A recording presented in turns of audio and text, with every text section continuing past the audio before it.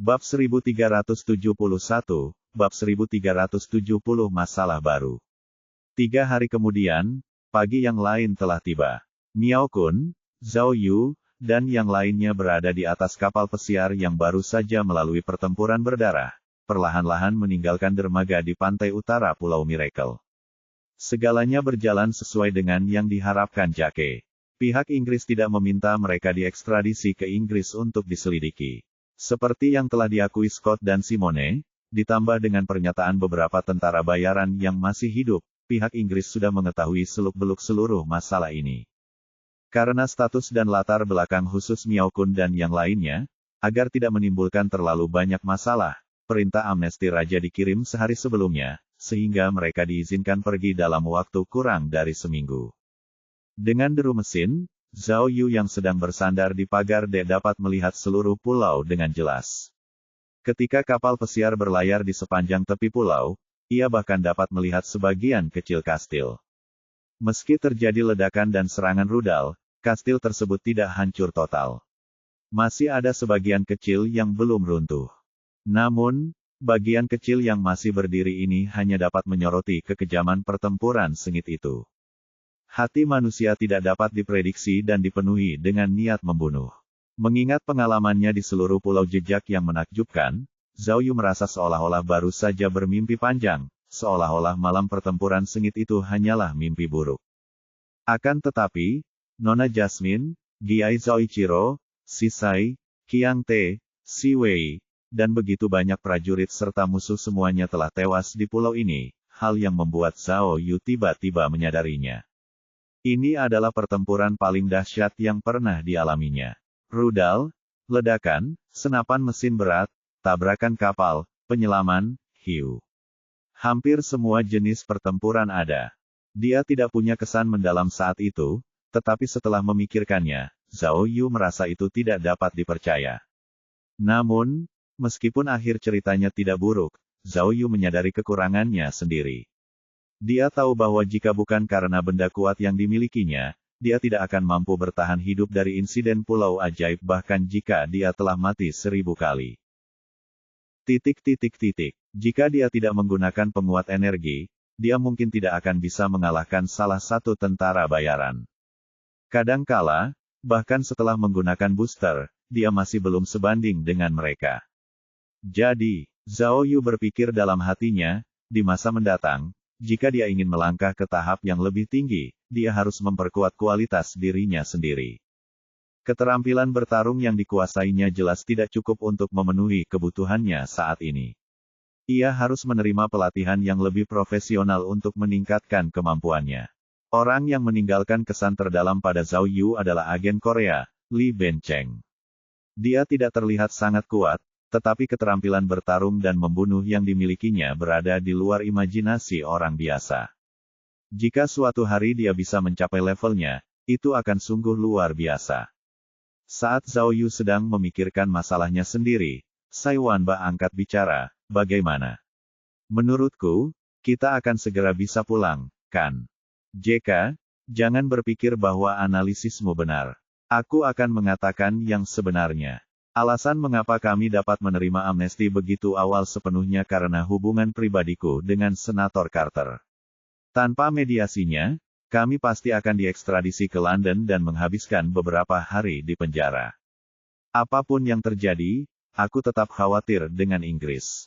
Jake melihat tiket semua orang dan sedikit rileks.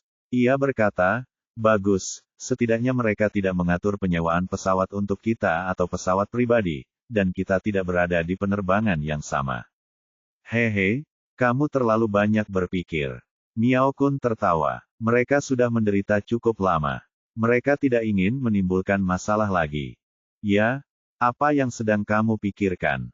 Juliet mengalihkan pandangannya dari Miracle Island dan berkata kepada Jessica, apakah kamu takut mereka akan mencoba membunuh kita di jalan? Juliet jelas bercanda, tetapi Zhao Yu merasa sedikit canggung mendengarkannya. Itu karena heksagram, surga dan bumi, miliknya belum berakhir. Kata, alam semesta, muncul pada posisi paling menonjol pada antarmuka sistem setiap hari, seakan-akan telah jatuh. Hal ini tentu saja membuat Zhao Yu semakin gelisah. Ia mengira akan ada perubahan yang lebih besar di Pulau Keajaiban. Namun, sekarang setelah mereka meninggalkan pulau itu dengan selamat, ia malah semakin khawatir. Mungkinkah, dalam perjalanan pulang, akan ada lebih banyak masalah? Bro System, apa yang sedang Anda coba lakukan? Bisakah Anda memberitahu saya agar saya bisa bersiap? Zhao Yu, pada saat ini, Juliet menarik Miao Kun ke Zhao Yu dan memintanya untuk menerjemahkan untuknya. Kembalilah dan pikirkanlah. Saya sangat berharap Anda dapat datang dan membantu saya. Jangan khawatir, selama Anda setuju, kami akan mengirimkan undangan melalui situs web resmi. Menurutku, apapun hasil akhirnya, selama kamu menerima undangan dan pergi ke Paris, itu akan sangat bermanfaat bagi kariermu sendiri. Benarkan? Tentu saja, merupakan suatu kehormatan besar bagi seorang polisi untuk diundang menyelidiki sebuah kasus di negara asing. Tentu saja, itu akan baik untuk kariernya. Jangan khawatir, aku di sini. Juliet mengedipkan mata pada Zhao Yu.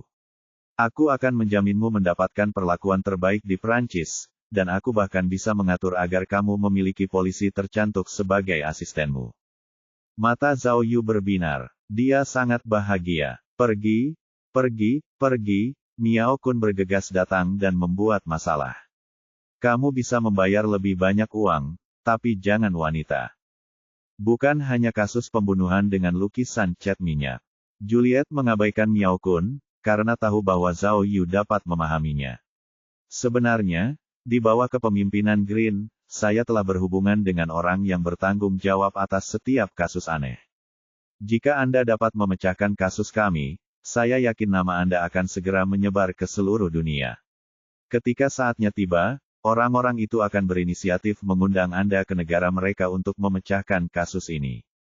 Wow, ini, hehehe. Jantung Zhao Yu berdegup kencang, dan tiba-tiba dia mendapat penglihatan yang indah. Jika suatu hari, dia benar-benar menjadi detektif kelas dunia, seperti apa jadinya?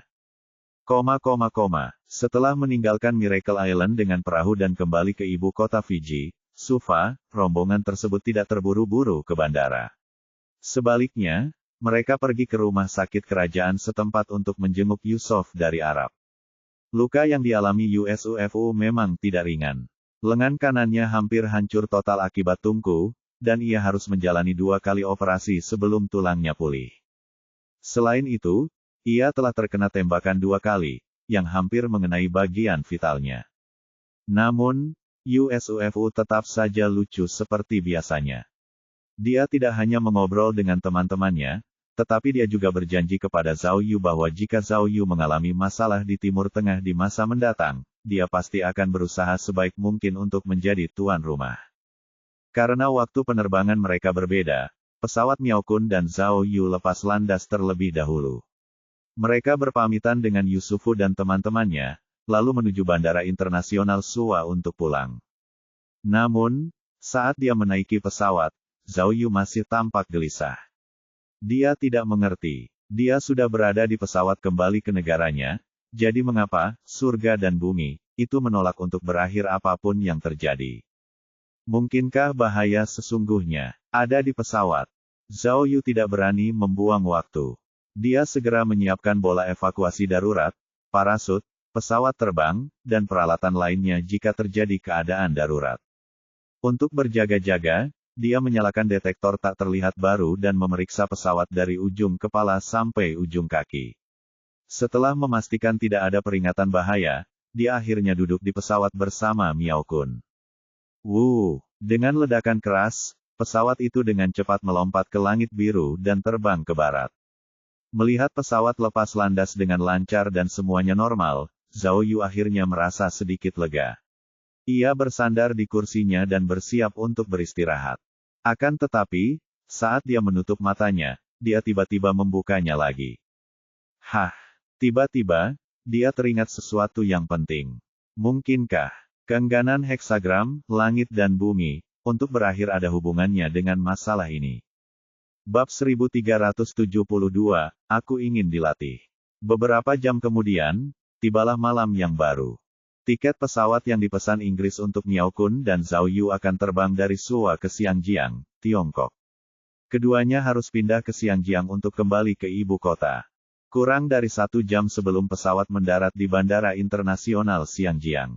Di sudut kabin, Miao Kun menatap pemandangan malam di luar jendela kapal, merasa sedikit gelisah. Dia memejamkan mata dan menarik napas dalam-dalam, lalu dengan paksa menekan kegembiraan di dalam hatinya. Dia berbalik dan melihat Zhao Yu sedang melihat ponselnya, yang masih menampilkan informasi yang dikirim Juliet kepadanya tentang kasus pembunuhan lukisan cat minyak Prancis. Wow, Miao Kun menyipitkan matanya dan berkata, kamu benar-benar pandai menyembunyikan kemampuanmu. Kamu tidak hanya bisa mengerti beberapa bahasa asing, tetapi kamu juga bisa membaca kata-kata, kan? Tidak, jawab Zhao Yu tanpa mengangkat kepalanya. Aku hanya sedang memikirkan sebuah masalah. Mentalitas macam apa yang dimiliki pembunuh itu hingga melakukan kejahatan seperti itu? Apa kau masih perlu bertanya? Dia orang mesum. Miao Kun membuka tutup botol air mineral dan menyesapnya. Ada juga orang gila, orang sadis, pasien gangguan jiwa. Intinya adalah, Zhao Yu menunjuk ke sebuah foto tempat kejadian perkara. Orang ini setidaknya seorang seniman, kan? Dia ahli dalam melukis dengan cat minyak, memahat, merias wajah, menata, dan sebagainya. Saya merasa bahwa adegan sebesar itu tidak mungkin dilakukan oleh satu orang, bukan? Lihatlah, mata korban terbuka, dan pembunuhnya bahkan menggunakan eyeliner padanya.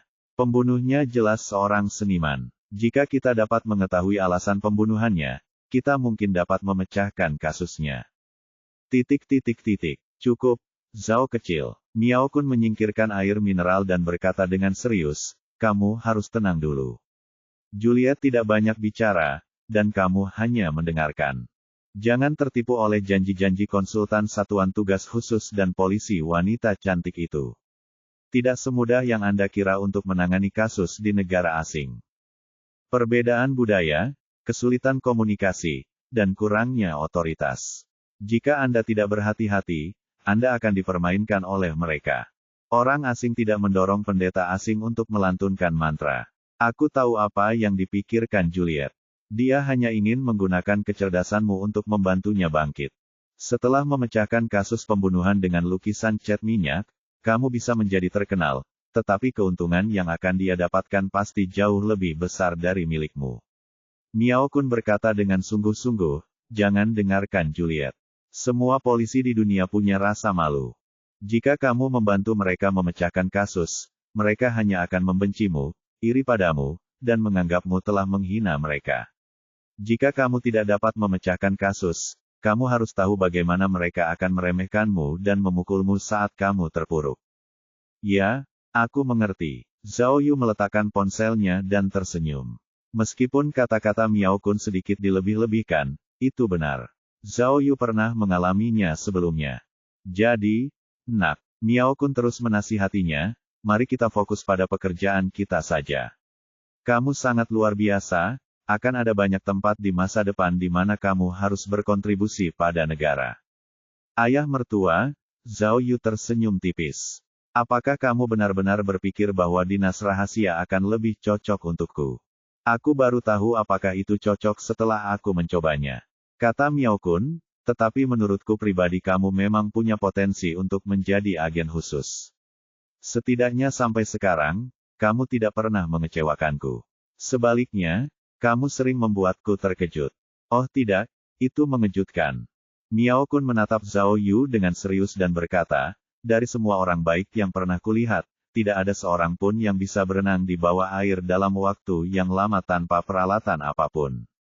Sekarang setelah kupikir-pikir, akhirnya aku mengerti mengapa kamu tidak tenggelam ketika kamu melompat ke sungai Hongming di Yaoming.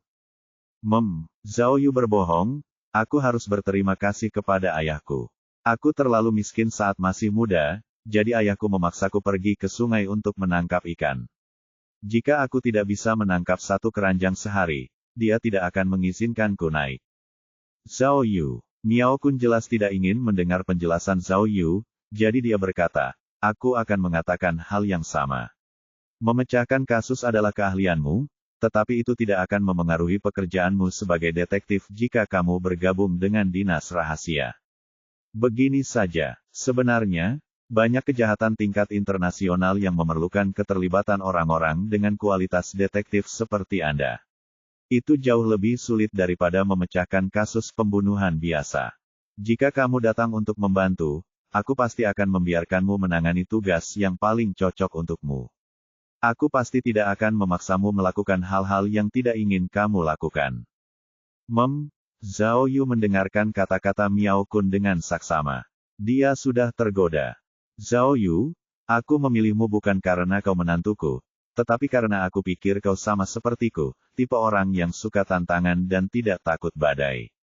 Miao Kun berkata dengan penuh harap, datanglah dan bantu aku. Dinas Rahasia adalah platform terbaik bagimu untuk menunjukkan bakatmu. Ayah mertua, aku mengerti perasaanmu, dan aku juga setuju dengan visimu. Tapi ada satu hal yang tidak bisa kita abaikan, kata Zhao Yu dengan serius. Miao Ying. Cek. Mendengar nama Miao Ying, Miao Kun tiba-tiba merasa canggung. Aku tahu gadis ini sangat kompetitif. Sebelum aku bertemu denganmu, dia selalu ingin berpartisipasi dalam uji coba agen khusus. Jujur saja, kata Miao Kun sambil menggelengkan kepala dan mendesah. Bukannya aku berusaha melindunginya. Aku takut dia akan berada dalam bahaya. Tapi, Ying, anak itu, terlalu berani dan galak, tetapi tidak punya strategi. Dia tidak bisa memikul tanggung jawab besar.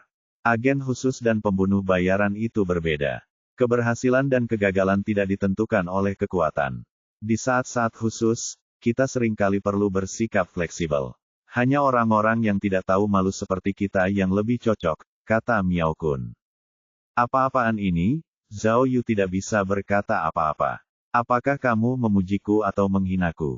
Itulah yang kumaksud, kata Miao Kun, kita sekarang adalah keluarga, jadi aku seharusnya tidak menyeretmu bersamaku demi kebahagiaan putriku. Tapi, aku tidak tega mengubur bakatmu saat aku melihat betapa berbakatnya dirimu dan betapa kamu adalah bintang yang sedang naik daun di badan dinas rahasia. Zhao Yu tersipu dan segera menyeka keringat di dahinya. Ayah mertua, Anda sangat fasih berbicara. Baiklah, aku, Zhao Yu, mengaku kalah.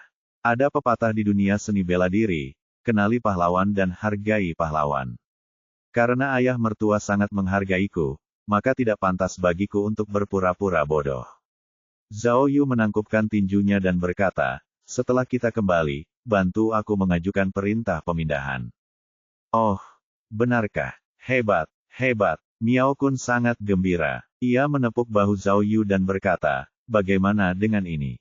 Saat kita kembali, aku akan mengajukan permintaan pemindahan untukmu. Kau bisa datang ke agen dinas rahasia dan melihat apakah kau cocok untuk pekerjaan itu. Setelah itu, kau bisa membuat keputusanmu sendiri. Itu akan menjadi yang terbaik, tapi, aku punya permintaan. Mata Zhao Yu berbinar saat dia bertanya, bisakah kamu mengatur pelatihan percobaan untukku terlebih dahulu? Misalnya, keterampilan tempur profesional, penggunaan peralatan dan senjata canggih, dan aspek lainnya. Saya ingin meningkatkan kualifikasi saya sendiri terlebih dahulu sebelum menerima pekerjaan ini. Wah, Miao Kun terkejut dan langsung mengacungkan jempolnya. Jarang sekali kau bisa menyadari kekuranganmu sendiri, katanya sambil memujinya. Aku sudah mengatakan bahwa kau, Zhao Yu, bukanlah orang biasa. Bagus, ini mudah dibicarakan. Saat kita kembali, aku akan memanggil instruktur pelatihan khusus terbaik, Ying, untuk memberimu beberapa bimbingan. Zhao Yu mengangguk dengan tulus. Berdengung. Tiba-tiba, ada getaran di saku Miao Kun. Itu adalah ponsel yang dibelinya di Bandara Fiji. Tidak ada sinyal di pesawat, tetapi ada Wi-Fi. Miao Kun pasti menerima pesan. Miao Kun tersenyum tidak wajar, lalu dengan cepat mengambil ponselnya dan berkata kepada Zhao Yu, seharusnya tiket pesawat kita dari Xianjiang ke ibu kota sudah dipesan. Aku mau ke toilet dulu. Setelah itu, Miao Kun bangkit dan pergi ke kamar mandi. Zhao Yu menyipitkan matanya dan mencibir. Bab 1373, Bab 1372 Ayah Mertua yang Misterius. Saat itu sudah sangat larut malam, Bandara Internasional Hong Kong. Aula keberangkatan penuh sesak dengan orang dan semua kursi terisi. Pada saat itu, Zhao Yu sedang membawa barang bawaan kecilnya dan duduk di tong sampah, tampak tenang dan tenggelam dalam pikirannya. Beberapa menit kemudian, Miao Kun akhirnya datang dari arah pintu masuk. Zhao Yu, ini milikmu. Kamu akan terbang ke ibu kota pukul 2.40 siang. Miao Kun menyerahkan tiket dan setumpuk dokumen kepada Zhao Yu. Ini dokumen masukmu. Kamu bisa langsung melewati jalur khusus, yang akan menghemat banyak waktu. Apa? Zhao Yu segera menyadari ada yang tidak beres dan bertanya, ada apa? Kau tidak ikut denganku? Benar, Miao Kun mengangguk dan berkata, saya baru saja menerima pesan bahwa saya harus mengurus sesuatu di Selandia Baru. Saya tidak akan kembali bersama Anda. Oh, begitu tiba-tiba. Zhao Yu terkejut. Ini tidak tiba-tiba. Apa kau lupa berapa lama kita tinggal di Fiji? Miao Kun tersenyum dan berkata, jangan khawatir. Saat urusanku selesai, aku akan segera mengajukan aplikasi pinjaman ke atasan. Sedangkan untukmu, kembalilah dan persiapkan dirimu dengan baik. Pelatihan agen khusus berbeda dengan sistem kepolisianmu yang menggunakan tinju dan tendangan. Kamu harus siap menderita, baik secara fisik maupun mental. Tidak masalah, Zhao Yu mengangguk senang. Aku akan menaatinya dan tidak akan mengecewakanmu. Anak baik, jika kamu lulus pelatihan, aku akan membuka sebotol anggur putih tahun 1979 untukmu merayakannya. Hehe. Miao Kun menjentikkan jarinya dan ingin menambahkan sesuatu, tetapi ponselnya tiba-tiba berdering. Kali ini, seseorang pasti telah meneleponnya. Miao Kun segera melambaikan tangan pada Zhao Yu untuk mengucapkan selamat tinggal, lalu berjalan ke sisi lain ruang tunggu sambil menjawab telepon. Hai, Tuan Malorca, lama tak berjumpa. Miao Kun berjalan dengan angkuh di antara kerumunan, memamerkan bahasa Inggrisnya. Setelah memastikan bahwa Zhao Yu tidak dapat melihatnya lagi, ia mempercepat langkahnya dan berjalan ke kamar mandi di dekat pintu masuk. 1, 2,3, 4,5, ia segera mencari bilik paling dalam di kamar mandi dan mengetuk pintunya dengan berirama. Pintu terbuka dan seorang pria muda berjas muncul. Tuan, kata lelaki itu sambil menyerahkan sebuah koper hitam kepada Miao Kun. Semua yang Anda inginkan ada di sini. Di mana tiket pesawat dan paspornya? Miao Kun menutup pintu, lalu mengambil kotak itu. Semuanya ada di dalam, kata pria itu. Tapi, dari Hong Kong ke Afrika Selatan, akan memakan waktu lama, dan akan sedikit sulit. Berhati-hatilah agar topengnya tidak rusak. Kau tidak perlu memberitahuku hal itu. Ini bukan pertama kalinya, kata Miao Kun dengan tidak sabar, lalu menyerahkan boarding pass dan paspornya kepada pihak lain. Ini untukmu. Pastikan ada seseorang di dalam pesawatku ke Selandia Baru. Semakin sunyi Mi-6, semakin gelisah perasaanku. Katanya. Ya, pemuda itu buru-buru mengangguk. Jangan khawatir. Aku sudah membuat pengaturan. Aku tidak akan mengungkapkan kekurangan apapun. Ngomong-ngomong, Miao Kun bertanya lagi, jam berapa pesawatku lepas landas? Sekitar pukul 3.50 pagi. Jawab pemuda itu. Apa, sudah terlambat? Miao Kun melihat arlojinya, wajahnya cemas. Ya, ini kelas terdekat. Sudah tidak ada kursi lagi, dan kami harus bersusah payah untuk mendapatkan tiket. Jawab pemuda itu. Ke Cape Town. Tidak, ini Bruver. Sialan. Miao Kun mengumpat, apakah aku tidak menjelaskannya dengan jelas? Apakah kamu tahu seberapa jauh Cape Town dari Cape Town? Setidaknya 1.500 km. Maaf, Tuan. Ini adalah rute terbaik yang bisa kami temukan, pemuda itu menjelaskan dengan cepat. Penerbangan langsung ke Cape Town sudah berangkat. Jika kita naik pesawat pribadi, semuanya akan memakan waktu lebih dari sehari. Tapi jangan khawatir, kami sudah memesan penerbangan langsung dari Tornado ke Cape Town. Yang perlu Anda lakukan hanyalah turun dari pesawat dan pindah.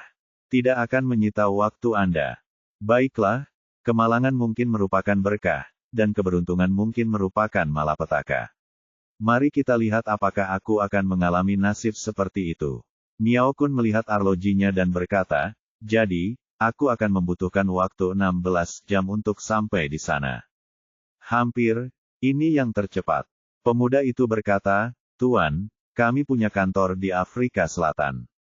Jika Anda mengalami keadaan darurat, apakah Anda ingin memberitahu mereka? Tidak, tidak perlu. Miao Kun menggelengkan kepalanya, matanya penuh dengan kegembiraan. Aku hanya mencoba keberuntunganku. Tidak perlu melibatkan lebih banyak orang. Katanya. Bagus. Kalau begitu, tolong perhatikan keselamatanmu. Aku pergi dulu. Pemuda itu menyapanya, lalu diam-diam berjalan keluar dari sekat itu, menghilang tanpa jejak. Miao Kun menutup pintu lagi. Karena kebiasaan, dia menarik napas dalam-dalam, lalu duduk di toilet dan membuka kotak itu. Kotak itu terisi penuh, seperti peti harta karun. Di lapisan paling atas terdapat paspor, tiket pesawat, dan beberapa dokumen. Ada juga ponsel, tablet, dan produk teknologi lainnya. Namun, perhatian Miao Kun tidak tertuju pada hal itu. Ia mengulurkan tangan dan membuka bagian bawah kotak, di sana ia menemukan topeng kulit manusia dan wig. Pada pukul 3.50, seorang pria tua berambut putih berhasil menaiki pesawat menuju Primors, Afrika Selatan, dan duduk di kursi yang lebih nyaman di kabin kelas 1. Miao Kun telah menyamar sebagai lelaki tua dengan topeng berkulit manusia. Seperti yang dikatakan pemuda itu, sangat sulit untuk mengenakan topeng kulit manusia. Miao Kun tidak berani tertidur, karena takut topengnya robek dan terlihat. Oleh karena itu, selama perjalanan, ia menjaga kewaspadaannya dan tidak berani melakukan gerakan besar apapun. Perjalanan itu panjang. Miao Kun dengan hati-hati bertahan selama 13 jam sebelum akhirnya tiba di bandara di Afrika Selatan. Untungnya, transfer di bandara berjalan relatif lancar. Tanpa banyak penundaan, mereka naik pesawat ke Cape Town. Meskipun penerbangan terlambat 10 menit, itu masih dalam perhitungan Miao Kun.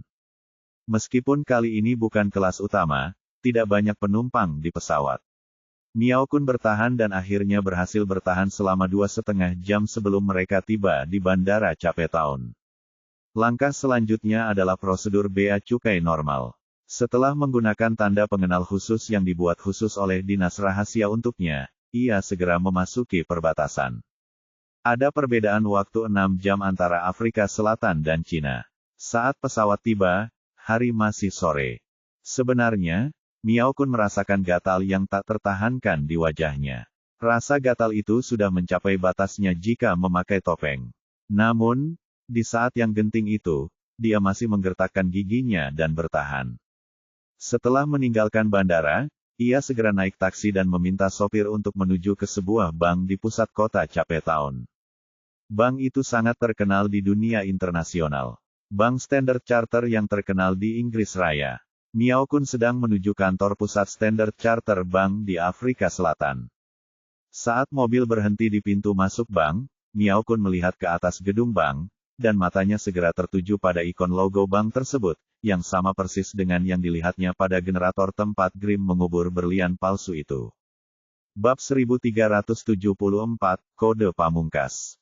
Cape Town, Afrika Selatan, di lobi area aman Standard Charter Bank. Baik, Tuan, kata seorang manajer berkulit hitam kepada Miao Kun yang menyamar, dalam bahasa Inggris yang fasih. Nomor loket kami tidak diberi nomor dalam bahasa Arab, tetapi disusun dalam urutan abjad Inggris sesuai dengan nomor rekening yang diberikan oleh pelanggan. Ini adalah, ia mengerucutkan bibirnya yang tebal dan tersenyum, memperlihatkan gigi-giginya yang putih dan mungil. Ini adalah praktik peninggalan masa Mandela, yang tidak dapat diubah lagi di kemudian hari. Katanya, oh, hehe, karena topeng itu, Miao Kun harus sangat berhati-hati bahkan ketika dia tersenyum, karena takut memperlihatkan kekurangan apapun. Aku pernah mendengar saudaraku menyebutkan ini sebelumnya. Katanya, jika memang begitu, maka aku harus merepotkanmu untuk memeriksanya. Seharusnya tidak ada masalah dengan akun saudaraku, kan? Miao Kun mengambil pulpen dan menuliskan huruf tal di kertas. Tunggu sebentar. Manajer bank mengeluarkan tabletnya dan memeriksanya. Dia mengangguk cepat dan berkata, ya, kami punya nomor rekening ini. Astaga, ekspresi Miao Kun tidak berubah, tetapi hatinya sangat gembira. Dia tidak menyangka tebakannya akan menjadi kenyataan. Kalau begitu, apakah Anda ingin membukanya sekarang, Tuan? Tanya manajer bank itu dengan sopan. Tentu saja, Miao Kun mengangguk dan berkata, kalau tidak, aku tidak akan datang jauh-jauh dari Amerika hanya untuk mengobrol denganmu, kan? Hehe, kamu memang pandai bercanda. Manajer itu geli. Kakak saya juga bilang kalau mau bikin akun di sini, harus punya 2 huruf yang sama, kan? Ya, dan ada pembedaan casing. Manajer bank itu tersenyum dan berkata, tapi, itu aturan dari dulu. Sekarang tidak terlalu merepotkan bagi kami untuk membuka brankas. Miao Kun melihat sekeliling dan bertanya, apa yang harus aku lakukan selanjutnya? Apakah aku perlu mendaftar? Oh, tidak. Anda tidak perlu mendaftar. Kami akan melindungi privasi pelanggan kami 100%. Manajer itu dengan cepat dan sopan menunjuk ke bagian dalam bank. Silakan ikuti saya. Silakan lewat sini. Terima kasih banyak. Terima kasih. Miao Kun mengucapkan terima kasih dengan sopan, tetapi dia tidak bisa menahan diri untuk tidak terlihat puas. Faktanya, sebelum dia tiba, dia telah melakukan banyak penelitian dan memahami program yang aman di sini. Tanpa diduga, ternyata ada brankas rahasia bernama Tital di sini. Jelas, brankas misterius ini adalah petunjuk sebenarnya yang ditinggalkan Grimm. Bank Standard Charter di kawasan aman Afrika Selatan jauh lebih kecil daripada beberapa bank besar. Jadi ketika manajer bank membawanya ke sebuah ruangan rahasia kecil, dia bahkan merasa sedikit tercekik dengan topengnya. Karena tidak banyak brankas di ruangan itu, manajer segera menemukan brankas yang bertuliskan kata Tal.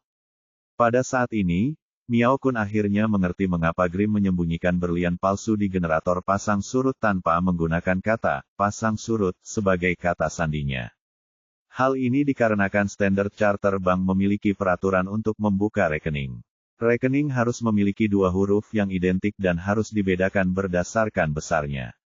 Itulah sebabnya Grimm menggunakan kosakata profesional yang disederhanakan, Tal, sebagai kata sandinya.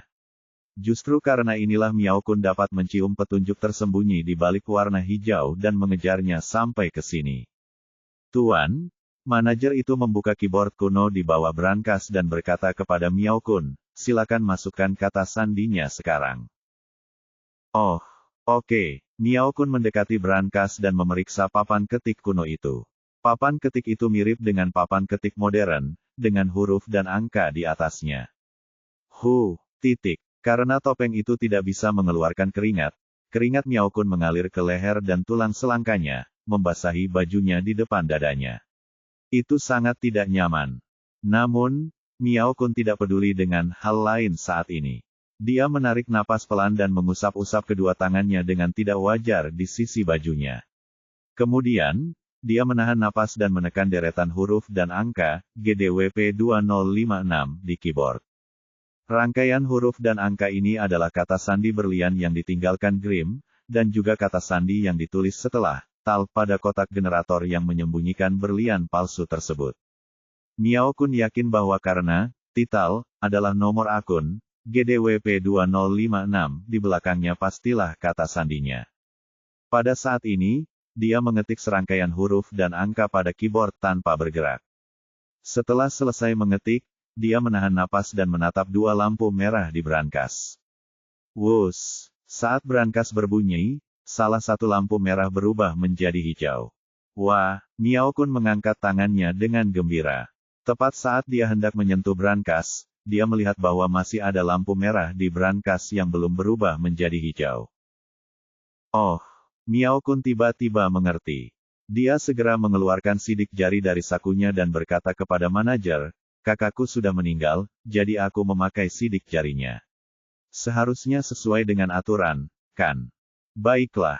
Pada prinsipnya, selama Anda dapat membuka brankas, kami tidak akan menyelidiki identitas Anda, tetapi Tuan.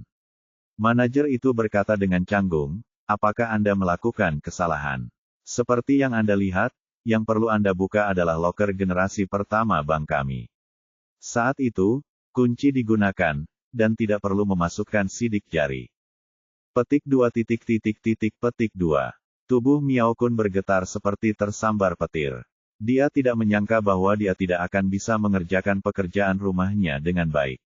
Dia mengira bahwa dia akan bisa membuka lemari itu dengan sidik jari Green. Merasa tertekan, tangannya merogoh sakunya secara tidak wajar.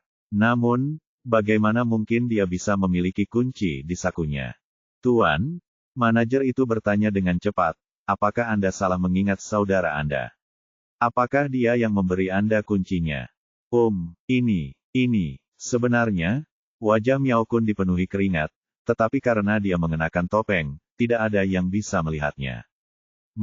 Tentu saja, berikan padaku. Tapi, Miao Kun ragu-ragu sejenak sebelum berkata, kuncinya, mungkinkah itu ada di Amerika Serikat? Hehe, dia tertawa tidak wajar. Kakak, apakah menurutmu ini lelucon paling pahit di dunia? Tidak. Manajer itu melambaikan tangannya dan berkata, jangan khawatir, tidak apa-apa jika Anda tidak punya kuncinya. Tidak apa-apa jika Anda tahu kode keamanannya. Setelah memasukkan kode keamanan, brankas akan terbuka secara otomatis bahkan tanpa kata sandi dan kunci. Apa ini? Kode keamanan. Miao Kun mengerutkan kening. Ini adalah kata sandi 13 digit yang seluruhnya terdiri dari huruf-huruf bahasa Inggris. Pada saat itu, ini adalah pelopor standar charter bank. Manajer menjelaskan, untuk memastikan keamanan loker, kami menambahkan fungsi kode rahasia. Saat itu, kata sandi 13 digit identik dengan kata sandi yang tidak mungkin dibobol. Generasi bankir yang lebih tua menyebutnya sangat mudah dibobol. Kode rahasia, huruf Inggris, 13 digit. 13. Miao Kun merenung dengan serius. Roda gigi di benaknya berputar dengan kecepatan tinggi, dan otaknya tampak mendidih. Tuan, manajer itu mendesak dengan hati-hati, apakah Anda masih ingat bahwa saudara Anda menyebutkan kode keamanan rahasia itu kepada Anda? Jika tidak ada kode, maka, kalau begitu, tunggu sebentar, aku, mata Miao Kun berbinar, dan dia berkata dengan penuh semangat, kurasa aku sudah ingat sekarang. Bolehkah aku bertanya apakah kode rahasia 13 digit itu tidak akan diulang? Ini, aku tidak bisa memberitahumu. Pria berkulit hitam itu tersenyum, tetapi ekspresinya agak kaku. Baiklah, aku hampir ingat. Ayo. Setelah itu, Miao Kun mulai mengetik satu persatu huruf di papan ketik. Ia harus berpikir lama untuk setiap huruf yang diketiknya. Meskipun ia membuang banyak waktu, ia tetap berhasil mengetik ke-13 huruf tersebut. Akan tetapi, sebelum Miao Kun bisa mempersiapkan diri, lampu merah lainnya di brankas itu berubah menjadi hijau, dan brankas itu otomatis terbuka. Bab 1375, aku sedang melihat Mountain View di menara kota. Miao Kun memikirkan 13 kode keamanan saat sedang marah. Karena kode keamanan tidak mempunyai angka, hanya huruf Inggris, maka itu tidak mungkin rangkaian kode yang ditinggalkan Grimm pada casing generator. Namun, karena kode keamanannya berjumlah 13 digit, dia menduga kode itu kemungkinan terkait dengan 13 orang yang ikut serta dalam salon detektif terakhir kali. Oleh karena itu, Miao Kun mulai bertanya-tanya apakah Grimm akan menggunakan huruf pertama dari 13 nama orang tersebut sebagai kode rahasia. Karena Grimm telah meninggalkan kata sandi berlian untuk semua orang, ada perbedaan yang jelas dalam urutan 13 orang. Huruf pertama dari titel GDWP 2056 adalah huruf kapital T, dan T muncul pada kartu di tangan Tani Soichiro. Dengan kata lain, huruf pertama dari kode rahasia 13 digit tersebut seharusnya mewakili G milik Tani Soichiro. Yang lainnya mengikuti logika ini, membentuk kata sandi 13 huruf tanpa pengulangan. Walaupun ke-13 kode keamanan itu agak samar, itulah satu-satunya jawaban yang paling mungkin terpikir oleh Miao Kun saat itu. Oleh karena itu, dengan niat mencoba, Miao Kun akhirnya mengetik 13 huruf tersebut. Namun, dia tidak menyangka bahwa brankas itu akan berhasil dibuka hanya setelah satu kali percobaan. Wah, saat itu, bahkan sang manajer pun terkejut. Setelah melihat brankas itu terbuka, ia segera berkata dengan kagum, ingatanmu bagus sekali. Kalau begitu, aku tidak akan mengganggumu lagi. Silakan. Setelah selesai, Anda tinggal menutup pintu lemari. Tapi, karena Anda tidak punya kuncinya, Anda tidak bisa mengubah kata sandinya.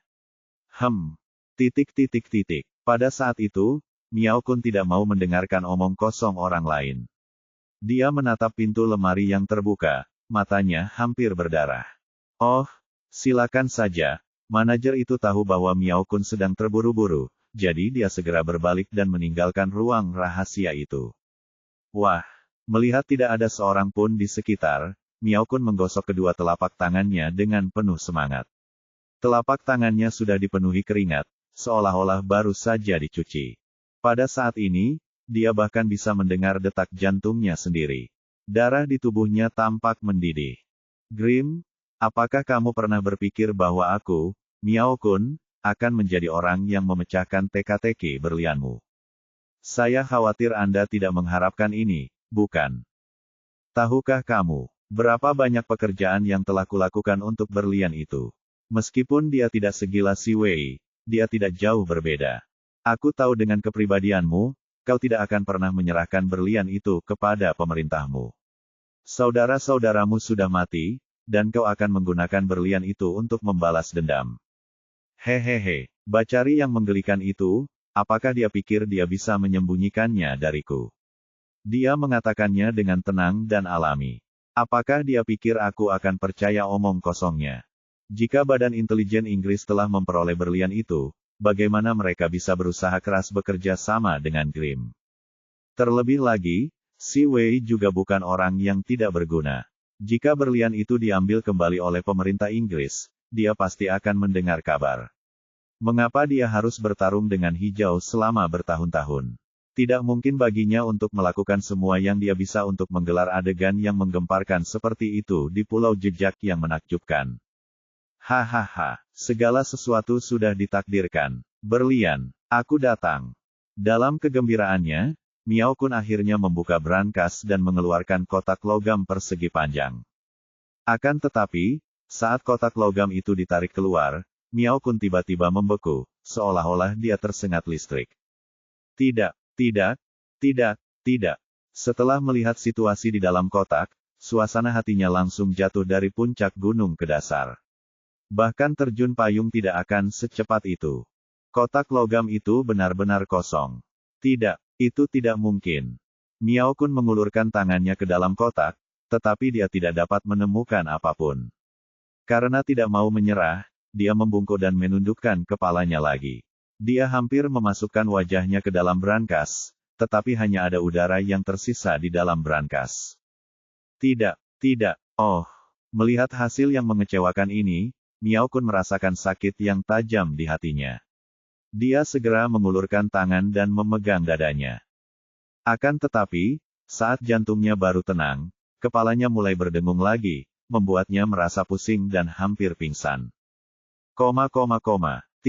5 menit kemudian, Miao Kun tiba-tiba tampak seperti telah bertambah tua belasan tahun saat dia keluar dari ruang rahasia dalam keadaan menyedihkan. Hehehe, manajer itu melihat Miao Kun keluar dan bergegas menghampirinya. Tuan, apakah Anda sudah membereskan barang-barang Anda? Sambil berbicara, dia segera berjalan ke ruang rahasia dan dengan hati-hati memeriksa brankas bernama Tital.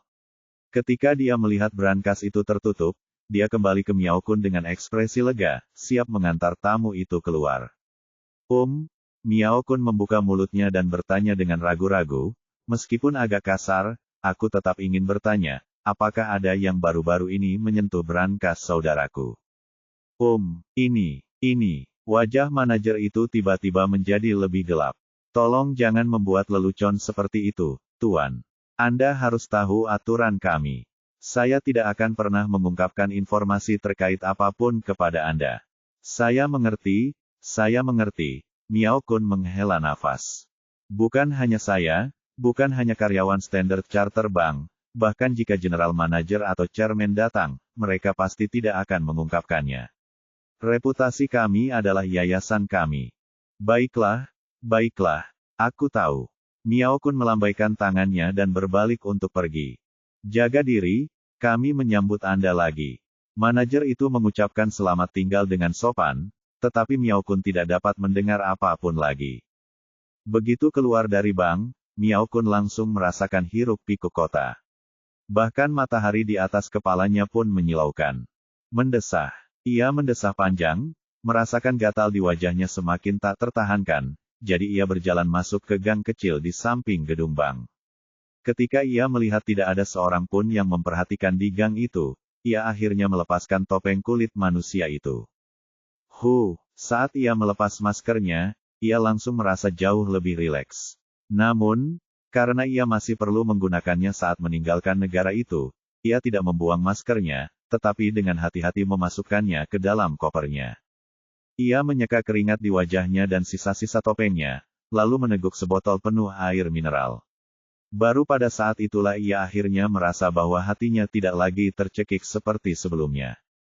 Dia mendongak dan melihat bahwa meskipun gang sempit itu kotor dan berantakan, namun sangat sepi. Ada 2 kucing liar yang mencari makanan di dekat tong sampah. Melihat pemandangan di depannya, Miao Kun tiba-tiba tertawa. Tawanya sedikit canggung, sedikit gugup, dan sedikit lelah. Baiklah. Dia memutar lehernya dan bergumam pada dirinya sendiri, berlian. Itu saja.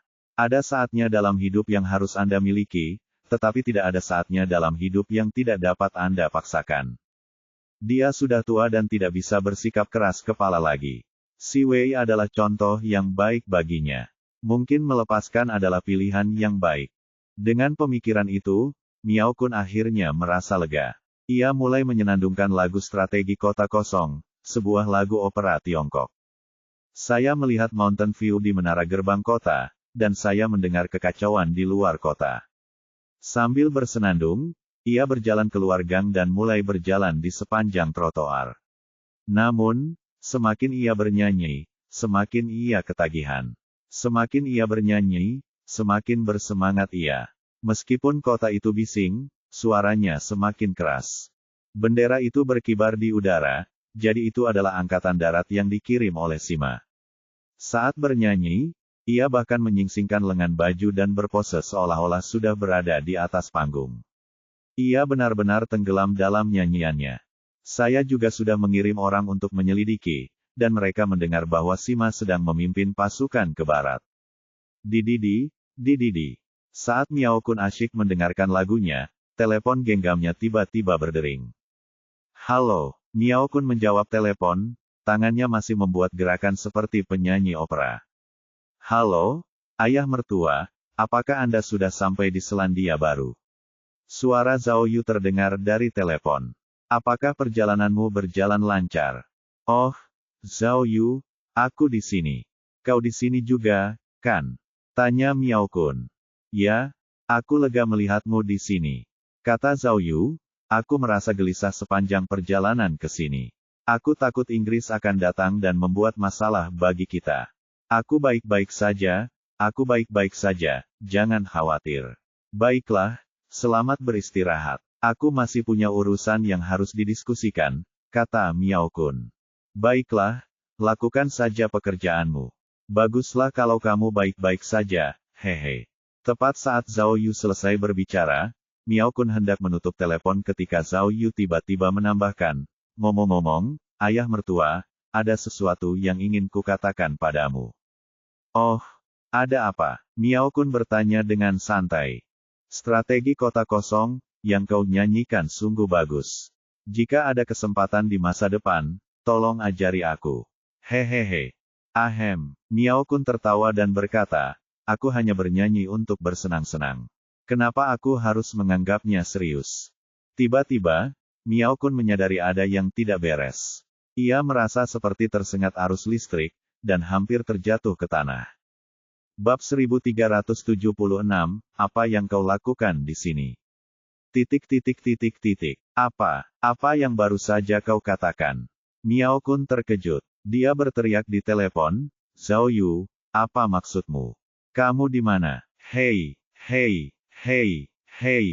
Namun, setelah dia berteriak beberapa kali, dia menyadari bahwa Zhao Yu telah menutup telepon.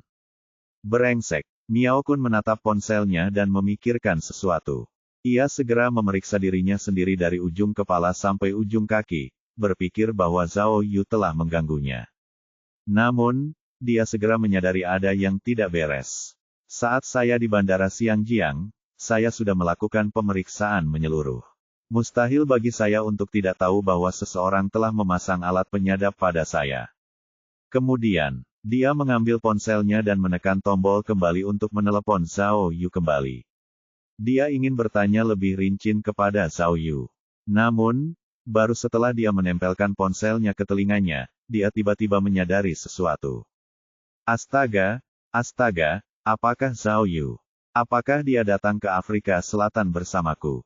Dalam keterkejutannya, dia buru-buru berbalik dan melihat ke tempat yang baru saja dilewatinya. Jika Zhao Yu benar-benar bisa mendengarnya bernyanyi, dia pasti ada di dekatnya. Begitu ia mengangkat kepalanya, ia terkejut melihat sebuah mobil tua berwarna krem terparkir di tempat yang ia lewati sambil bernyanyi. Ada seseorang di dalam mobil yang kelihatannya familiar. Ini, Miao Kun segera membungkuk dan melihat ke dalam mobil. Pada saat itu, ketika dia masih mencoba menghubungi nomor Zhao Yu, dia tiba-tiba mendengar nada dering dari mobil. Ah, pahlawan, tolong temani aku dalam mimpiku. Tidak mungkin. Miao Kun mempercepat langkahnya dan bergegas menghampiri.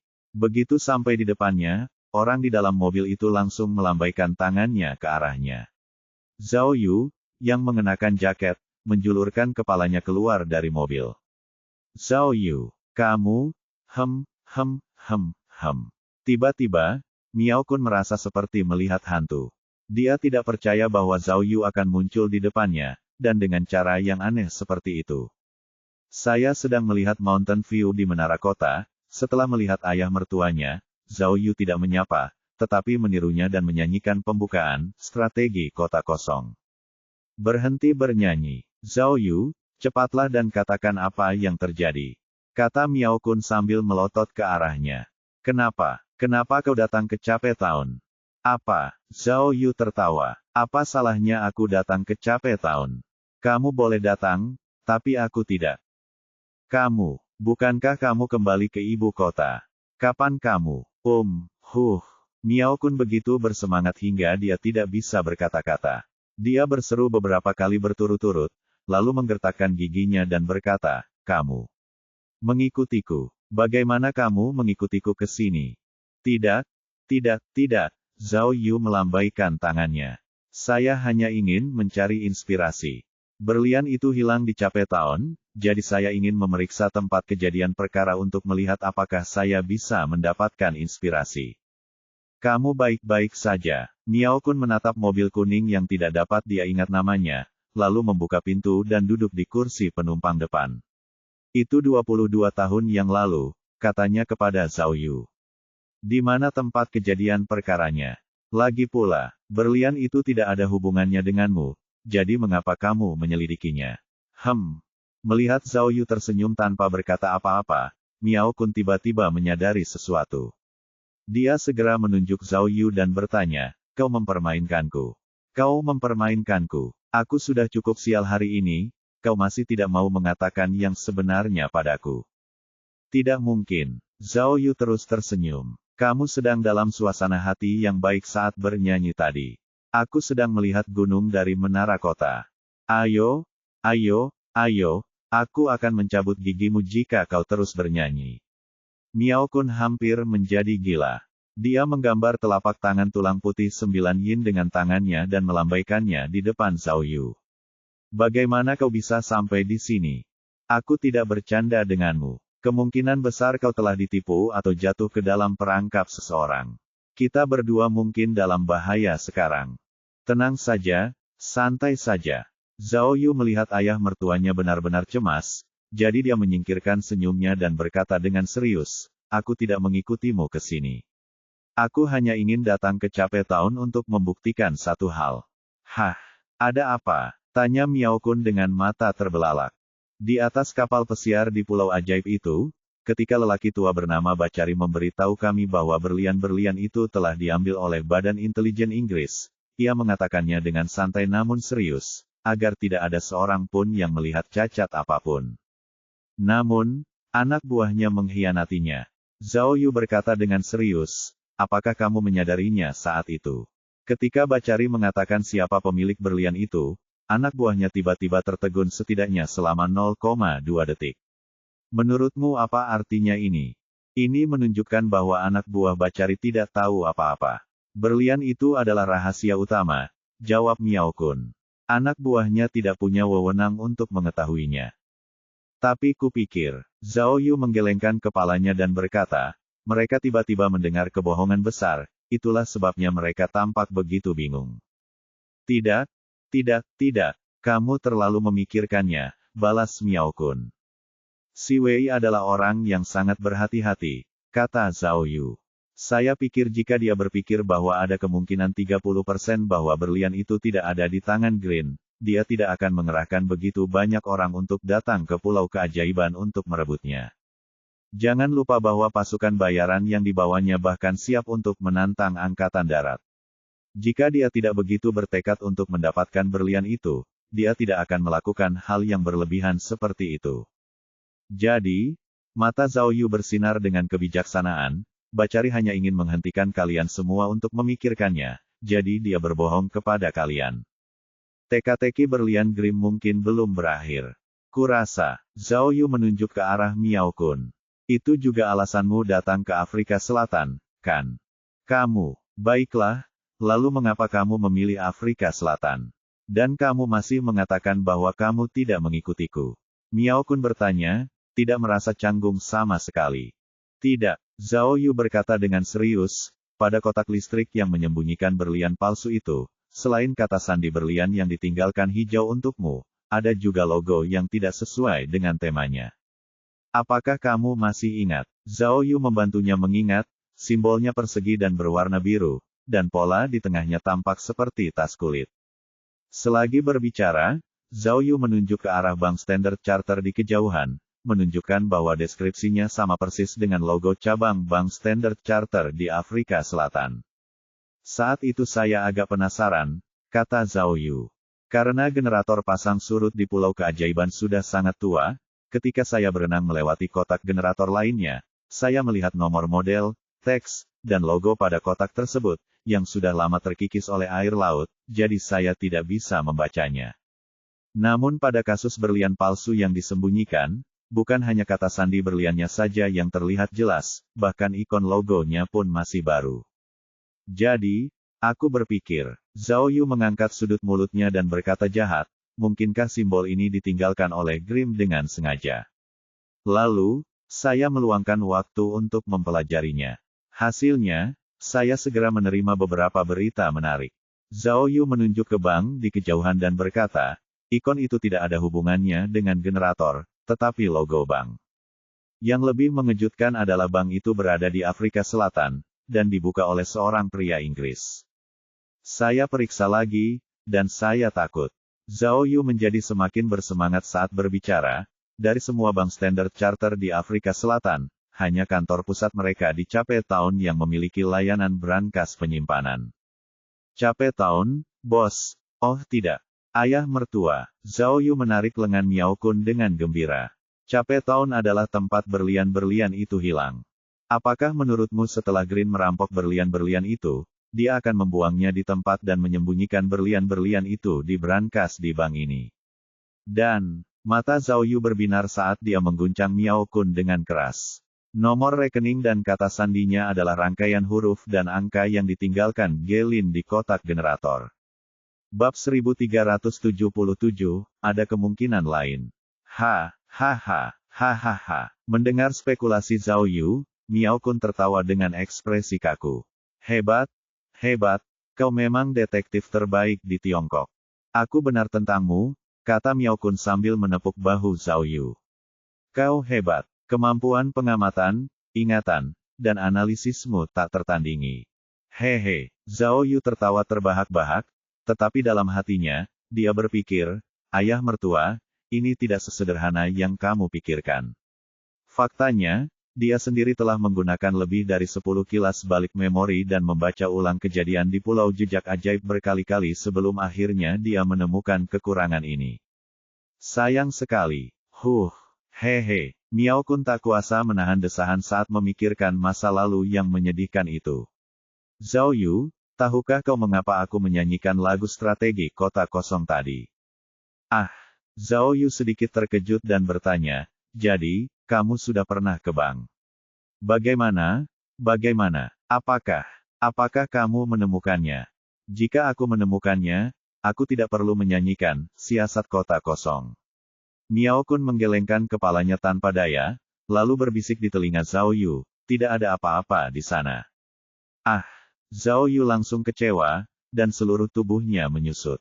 Tidak mungkin, seseorang benar-benar sudah sampai di sana lebih dulu. Tapi, dia memutar matanya dan berkata dengan tidak percaya, itu tidak mungkin benar. Ketika kami menyelam ke dalam air dan melihat logo bank, hanya ada kami berdua, bersama si Mena.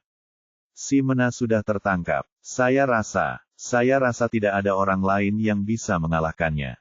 Sekarang, kau akhirnya tahu kenapa aku menyanyikan strategi kota kosong, kan? Miao Kun menggelengkan kepalanya dan mendesah. Mungkin Jake dan Julia tidak akan tahu, tapi sulit untuk mengatakan apakah Simone tidak akan memperhatikan sesuatu dan mengungkapkan berita itu kepada Bacari. Ada kemungkinan juga bahwa bertahun-tahun yang lalu, Bacari telah menebak pikiran Grimm dan telah mengambil berlian itu. Ada kemungkinan juga bahwa Grimm menyanyikan tipu muslihat kota kosong bersama kita, dan dia tidak punya berlian sama sekali. Tentu saja, ada banyak kemungkinan lain. Mungkin Grimm punya rencana lain. Mungkin itu ulah Molly yang sudah mati, mungkin juga ada master lain. Miao Kun menghela napas. Lagi pula, berlian legendaris itu tidak ada hubungannya dengan kita lagi. Tidak? Mata Zhao Yu berbinar, dan dia bertanya, ayah mertua, mari kita ikuti petunjuknya dan cari tahu siapa yang membuka kotak green. Setelah itu, kita bisa melanjutkan penyelidikan, kan?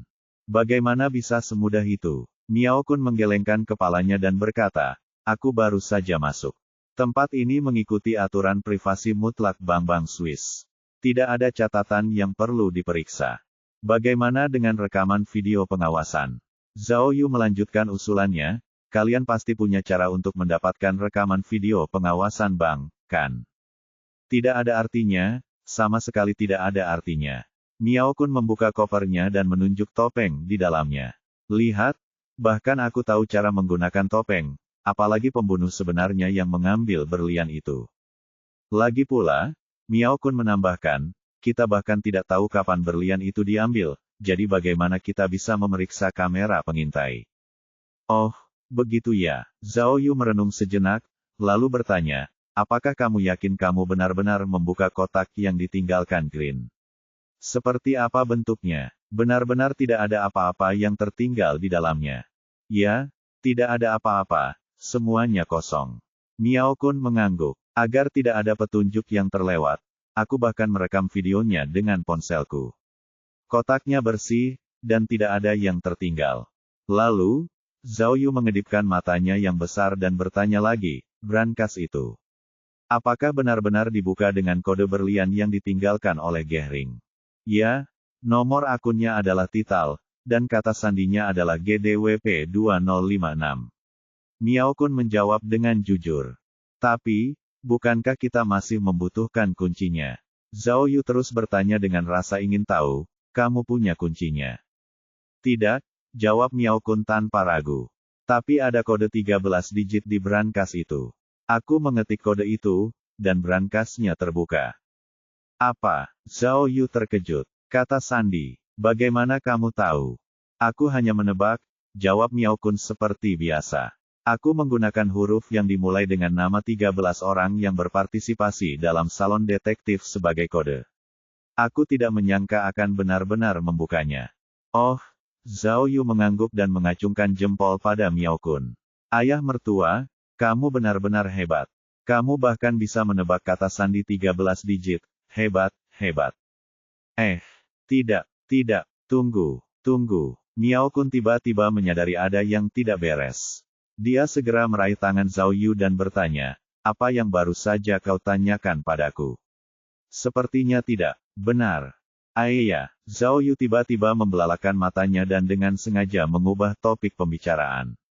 Aku punya ide. Kita bisa menangkap manajer bank itu, memukulinya, dan memaksanya untuk mengatakan siapa yang membuka kotak itu. Layanan brankas di bank sangat sepi. Dia pasti mengingat setiap kotak yang dibukanya. Tidak, tidak. Tunggu sebentar. Miao Kun menekan lengan Zhao Yu dan bertanya, Nak, aku agak bingung. Apa yang kau tanyakan tadi? Brankas itu butuh kunci. Bagaimana kau tahu bahwa kita butuh kunci untuk membuka brankas itu? Ideku bagus, bukan? Namun, Zhao Yu mengabaikannya dan melanjutkan, selama manajer memberitahu kita kapan kotak itu dibuka, kita bisa mengunci tersangka melalui video pengawasan. Kamu, jangan bilang lagi. Pada saat itu, Miao Kun merasa otaknya mendidih. Dia melingkarkan lengannya di leher Zhao Yu dan bertanya dengan keras, Zhao Yu, apa yang sedang kamu lakukan? Bagaimana kamu tahu bahwa ada seorang manajer bank di brankas? Dan seorang manajer berkulit hitam. Mungkinkah? Jangan main-main. Zhao Yu berjuang dan berkata, kalau itu bank, pasti ada manajernya. Ini Afrika Selatan, oke. Kalau ini Afrika Selatan, pasti ada orang kulit hitamnya, oke. Tidak, dasar bajingan. Katakan padaku. Miao Kun memeluk Zhao Yu erat-erat. Tindakannya sangat tidak elegan. Apakah kamu juga masuk ke sana? Aku hampir lupa. Mobil ini. Dari mana kamu mendapatkan mobil ini? Kamu tidak benar. Jangan lakukan itu, geli, hehehe. Zhao Yu merasa malu dengan pelukan ayah mertuanya. Dia meronta sambil mengeluarkan sesuatu dari sakunya dan berkata, aku akan bicara, berhenti. Ini. Miao Kun terkejut saat melihat apa yang dipegang Zhao Yu. Ternyata apa yang muncul di tangan Zhao Yu adalah sebuah kunci, dan bentuk kuncinya sangat unik. Miao Kun meraih kunci itu dan meliriknya. Ia begitu gembira hingga hampir terkena serangan jantung. Huruf-huruf bahasa Inggris yang terukir pada kunci itu adalah singkatan dari Standard Chartered Bank. Di mana kau mendapatkan ini? Cepat beritahu aku. Miao Kun memegang dadanya, wajahnya pucat. Tenanglah. Melihat ayah mertuanya memegangi dadanya, Zhao Yu ketakutan dan segera menasihati. Pikirkan si Wei. Jangan terlalu bersemangat, bos. Cepat beritahu aku. Dari mana kau mendapatkan kuncinya? Miao Kun menghentakkan kakinya. Baiklah. Zhao Yu berdeham dan berkata dengan tenang, ayah mertua, bukankah kamu baru saja menyebutkan beberapa kemungkinan tentang keberadaan batu permata itu? Tapi ada satu kemungkinan yang tidak kau pikirkan. Kemungkinan yang mana? Cepat beritahu aku, kata Miao Kun dengan ekspresi membunuh di wajahnya. Ketika aku diburu di pulau jejak-jejak yang menakjubkan. Bukankah aku melarikan diri dengan sepeda motor tua milik Grimm? Zhao Yu kemudian menjawab, tetapi ketika kami berlari, Bang. Sepeda motor itu hancur oleh helikopter, dan kemudian aku menemukan kunci ini. Apa lagi? Miao Kun membuka mulutnya seolah ingin memakan seseorang. Dan, kata Zhao Yu, setelah kita berpisah di bandara Xiangjiang, saya naik pesawat ke Mauritius. Ada wifi di pesawat. Agar saya bisa naik pesawat ke Afrika Selatan, saya memesan 3 tiket sekaligus dari Mauritius ke Bandara Eswatini Lesotho dan Durban. Pada akhirnya, ketika saya turun dari pesawat di Mauritius, saya tidak berhasil mencapai 2 tujuan pertama. Saya hanya naik 1 penerbangan ke Bandara Durban. Hal berikutnya mudah saja. Bandara Durban memiliki pesawat yang terbang ke Cape Town setiap 2 jam. Zhao Yu tertawa. Saya tidak membuang waktu di sana. Saya tiba di Cape Town 3 jam lebih awal dari Anda. Untuk visa pendaratan, aku tidak perlu mencari siapapun. Aku bisa langsung masuk ke negara itu. Hehe, Zhao Yu tertawa. Lalu, aku pergi ke Standard Chartered Bank terlebih dahulu dan bertemu dengan manajer berkulit hitam itu. Lalu, Zhao Yu menunjuk ke arah mobil. Aku bosan menunggumu, jadi aku menghabiskan uang untuk membeli mobil ini. Kurasa kita setidaknya harus punya kendaraan saat kita pergi ke hotel untuk merayakan malam ini, kan? Kamu, aku, ini, Miao Kun tercengang. Merayakan, tanyanya, gemetar. Apa yang kita rayakan? Ham. Zhao Yu tersenyum pada ayah mertuanya, lalu mengeluarkan tas hitam dari bawah jok mobil dan menyerahkannya kepadanya. Melihat tas itu, meskipun Miao Kun sudah siap secara mental, ketika dia membuka tas dan melihat sejumlah besar berlian yang berkilau, dia sangat gembira hingga dia tidak bisa bernapas dan pingsan di tubuh Zhao Yu. Bab 1378, Bab 1377 menjual barang curian. Mustahil. Melihat ayah mertuanya tiba-tiba pingsan, Zhao Yu terkejut dan segera menghampiri untuk mencubit kemaluan Miao Kun. Namun, begitu tangannya menyentuh hidung Miao Kun, dia gemetar dan menegakkan lehernya. Matanya merah. Zhao Yu. Miao Kun mencengkeram leher Zhao Yu dan menekannya ke roda kemudi. Mobil itu sangat berisik hingga klaksonnya berbunyi keras. Dasar bocah nakal, kau sudah mendapatkan berlian itu, kenapa kau masih membuatku takut? Kau bahkan memberiku ide, menangkap manajer, dan memukulinya. Kau pikir aku ini apa? Hah? Dia mencengkeram leher Zhao Yu dan meraung seolah-olah dia akan mencekik Zhao Yu sampai mati, dan kau ingin aku mencari tahu siapa yang membuka kotak itu. Ternyata kaulah yang membeli tiket dan menempati kursi. Kau benar-benar menipuku. Jangan marah, jangan marah. Zhao Yu menyandarkan kepalanya di kemudi dan menjelaskan dengan tenang, aku hanya bercanda denganmu. Kau terlihat seperti telah melalui banyak hal, tidak bisakah kau menerima lelucon seperti ini? Pergi ke neraka. Miao Kun mendorong Zhao Yu dan menunjuk ke jantungnya. Aku sangat patah hati. Apakah ada orang yang akan bercanda dengan ayah mertuanya seperti ini? Cek. Zhao Yu cemberut dan berkata, beraninya kau mengatakan itu. Itu salahmu karena tidak mengatakan yang sebenarnya di bandara Xiangjiang. Oh, tidak apa-apa jika kau berbohong padaku, tetapi kau menjadi cemas karena aku hanya bercanda denganmu.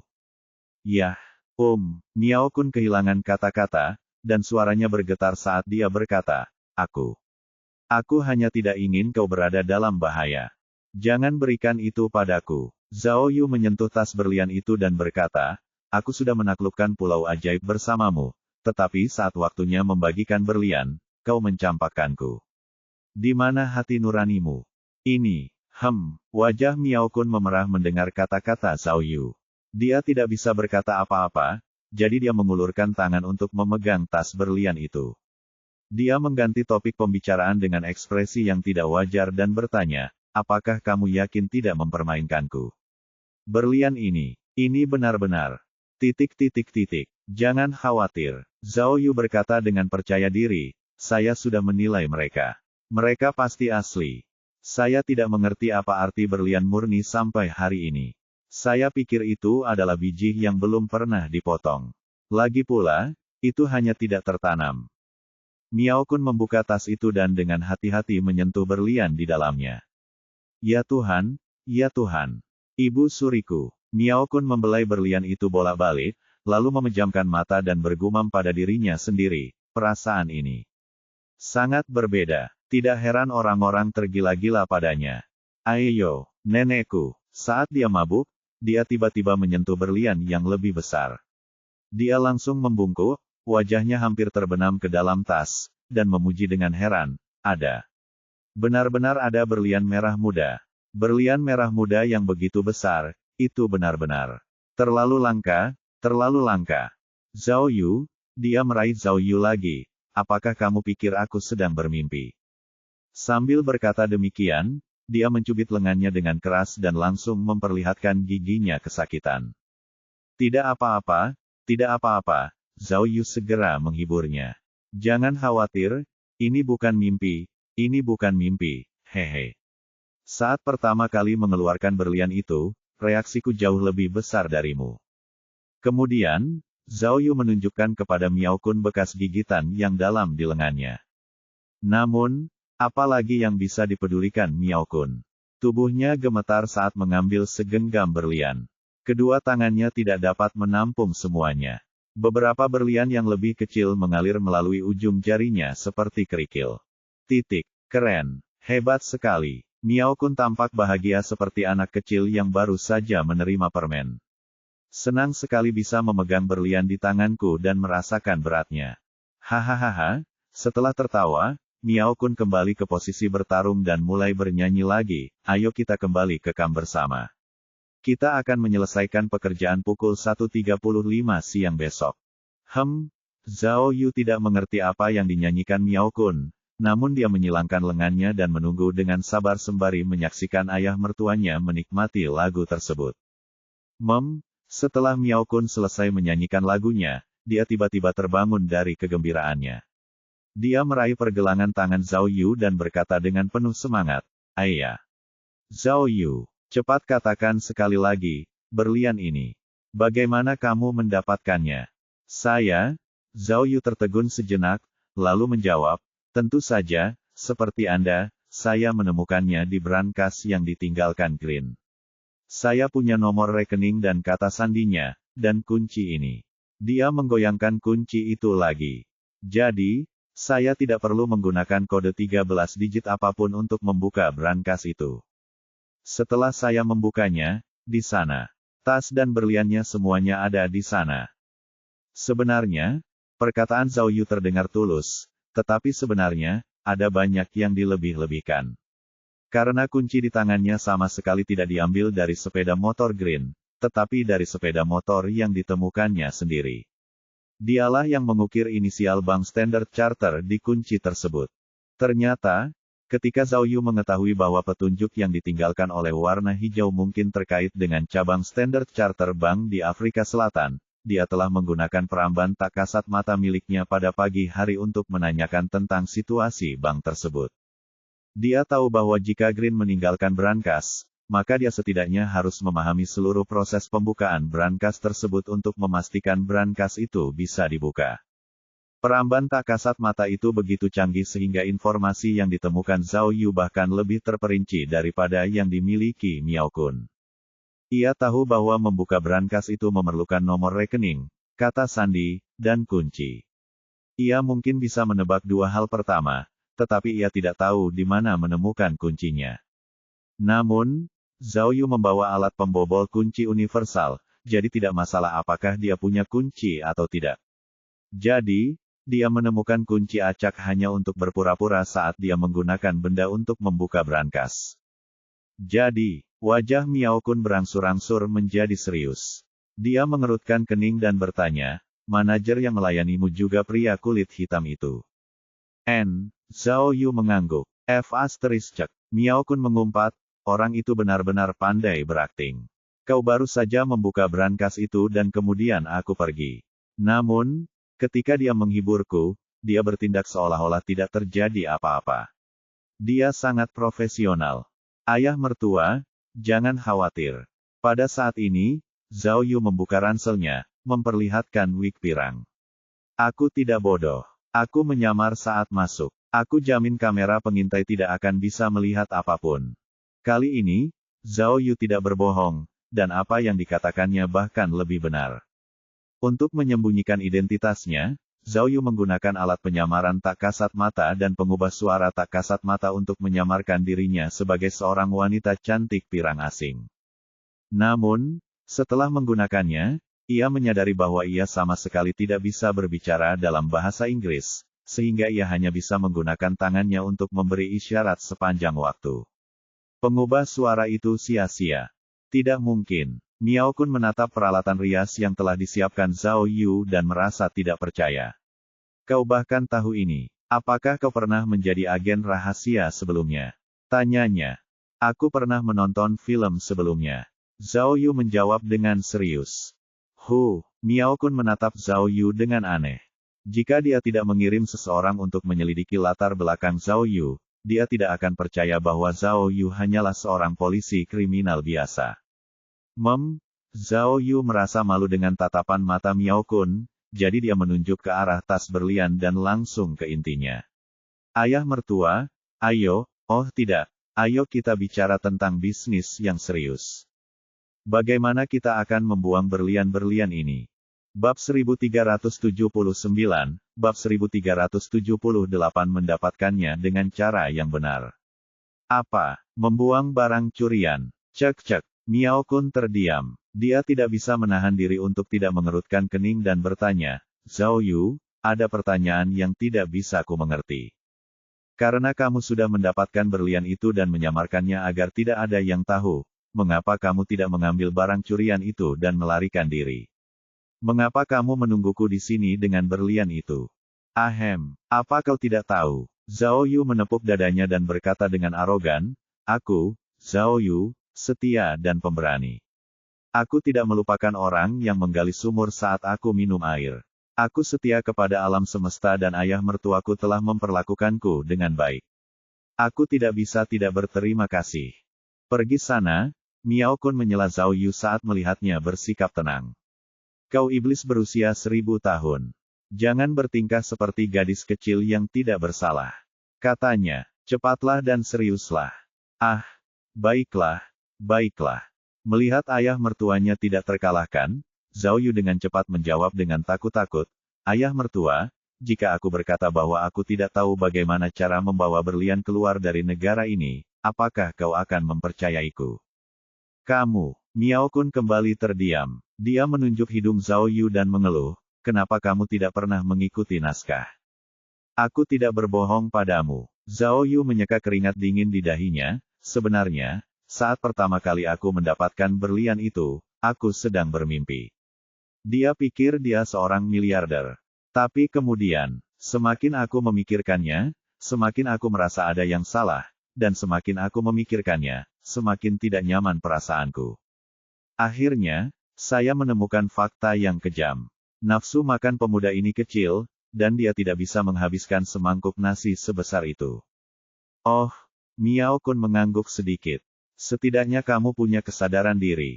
Miao Kun mengangkat alisnya dan bertanya, mengapa kamu membawa mobil dan menungguku di sini? Apakah kamu hanya ingin aku mencarikan cara untuk membuang barang curian itu?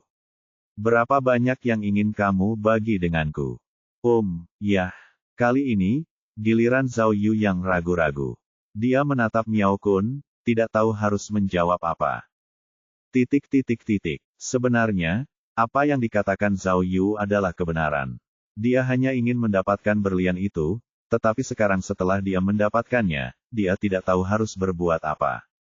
Kamulah yang paling pantas mendapatkan pujian. Miao Kun melihat bahwa Zhao Yu berada dalam posisi yang sulit, jadi dia langsung bertanya, jadi, kamu ambil 70% dan aku ambil 30%. Bagaimana? Ini? Zhao Yu tahu kalau nada bicara Miao Kun tidak tepat, jadi dia tidak berani meneruskan pembicaraan. Cek. Miao Kun cemberut dan mendesah. Memikirkan bagaimana Nona Jasmine, Gu Zhaoichiro, dan orang-orang dari Sisai meninggal dengan sangat menyedihkan, lupakan saja. Kau ambil 80% dan aku akan ambil 20%. Tidak, aku tidak bermaksud seperti itu, Zhao Yu segera melambaikan tangannya. Tapi, Miao Kun berpura-pura berpikir sejenak, lalu berkata, pikirkanlah nasib si Wei. Lupakan saja, kau ambil 90% dan aku ambil 10%. Kalau tidak, aku takut hatiku akan kambuh. Aku hanya akan membantumu membuang barang curian itu, dan kau cukup memberiku hadiah. Lagi pula aku ayah mertuamu, kita semua keluarga. Jangan. Akhirnya, Zhao Yu mengerti apa yang dimaksud Miao Kun. Dia dengan cepat memasukkan berlian itu ke tangannya dan berkata, baiklah, aku mengerti. Berlian. Zhao Yu menatap berlian itu dengan enggan, lalu akhirnya mengambil keputusan. Aku tidak menginginkannya lagi. Wah, Miao Kun terkejut sekaligus heran. Apa kau sebodoh itu? Kata-kata si Wei sedikit dilebih-lebihkan, tetapi tas ini setidaknya bernilai 1 miliar RMB. Kau benar-benar tidak menginginkannya. Itu bukan RMB, itu mata uang neraka fana. Zhao Yu menggelengkan kepalanya dan mendesah. Aku akhirnya mengerti apa maksud si Wei ketika dia mengatakan itu di kapal pesiar. Di dunia ini, hanya ada sedikit orang yang bisa mencerna berlian ini. Zhao Yu berkata dengan serius, aku sudah memikirkan banyak cara, tetapi tidak ada satupun yang berhasil. Berlian-berlian ini bukanlah sesuatu yang bisa dikendalikan oleh orang biasa. Zhao Yu menghela napas. Saya seorang detektif, dan sudah menjadi tanggung jawab saya untuk menemukan kebenaran.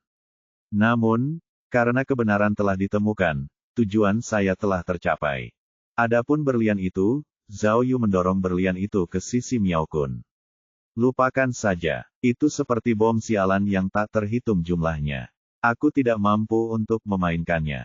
Kau bisa memilikinya, katanya. Nak, kau benar-benar jahat.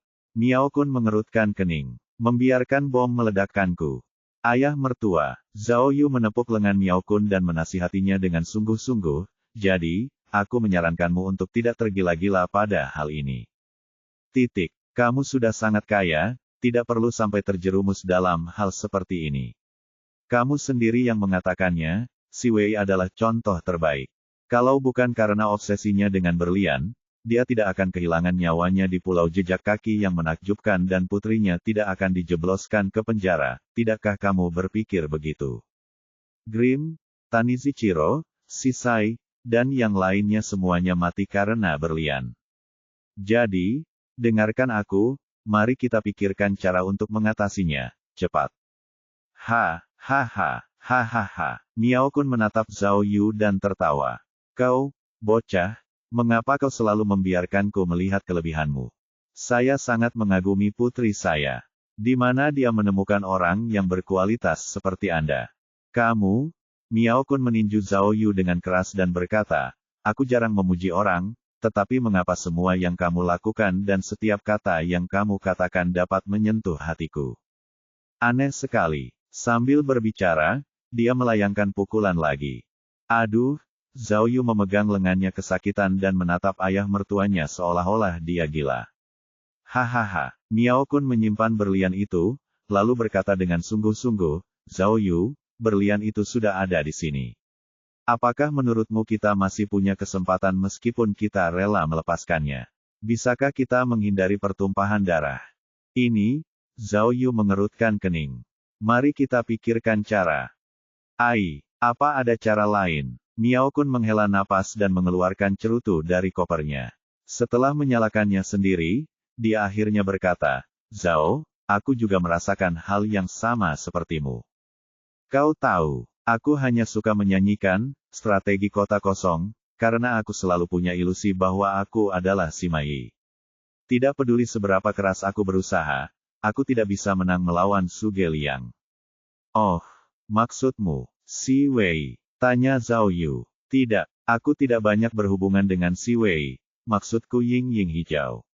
Miao Kun berkata dengan ekspresi serius, aku sudah berhubungan dengan Hijau selama bertahun-tahun. Tidak peduli apa yang kulakukan, dia selalu berpikir lebih maju dariku dan selalu satu tingkat lebih tinggi dariku. Bahkan dalam catur, dia selalu satu langkah di belakang. Saya tidak yakin, jadi saya berinisiatif untuk menghubunginya, memahaminya, dan memenangkannya sekali. Tetapi sayangnya, tidak sekalipun. Dia selalu melihat ke arah saya. Jadi, dia pergi, kata Miao Kun sambil menggelengkan kepalanya dengan ekspresi serius.